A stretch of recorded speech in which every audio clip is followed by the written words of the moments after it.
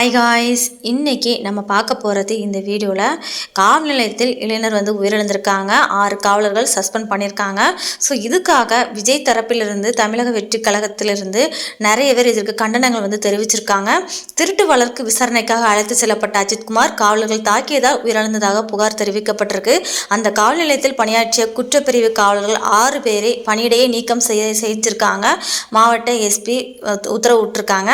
So இதை பற்றி விரிவாக தமிழக வெற்றி கழகத்திலிருந்து என்ன பேசியிருக்காங்க அப்படிங்கிறத நம்ம பார்க்கலாம். இன்று காலை காரைக்குடியில் ஒரு வாலிபரை என்ன செய்தார்கள் என்றது உங்களுக்கு தெரியும். அதற்கு தமிழக வெற்றி கழகம் கடும் கண்டனம் தெரிவித்திருக்கிறோம். எப்போதும் காவல்துறை நம் நண்பன் என்று சொல்லுவோம்.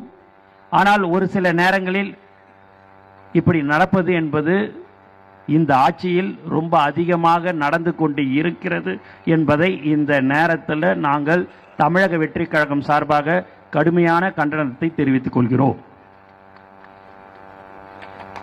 மேலும் நம்மளுடைய மாவட்ட கழக செயலாளர்கள் அவங்க வீட்டுக்கெல்லாம் போய் பார்த்துருக்கிறாங்க. அது மட்டும் இல்லாமல் இந்த மாதிரியான ஒரு கொடுமை நடக்கவே கூடாது. அந்த கொடுமை நடந்து விட்டது. அவருக்கு வயது சுமார் 27 வயது தான்.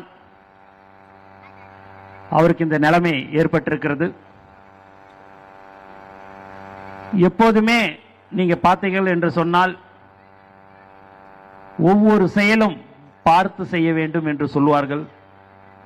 அதுபடி இந்த அரசு பார்க்காமல் எதையோ எப்படியானாலும் செய்யலாம் என்று செய்து கொண்டிருக்கிறது.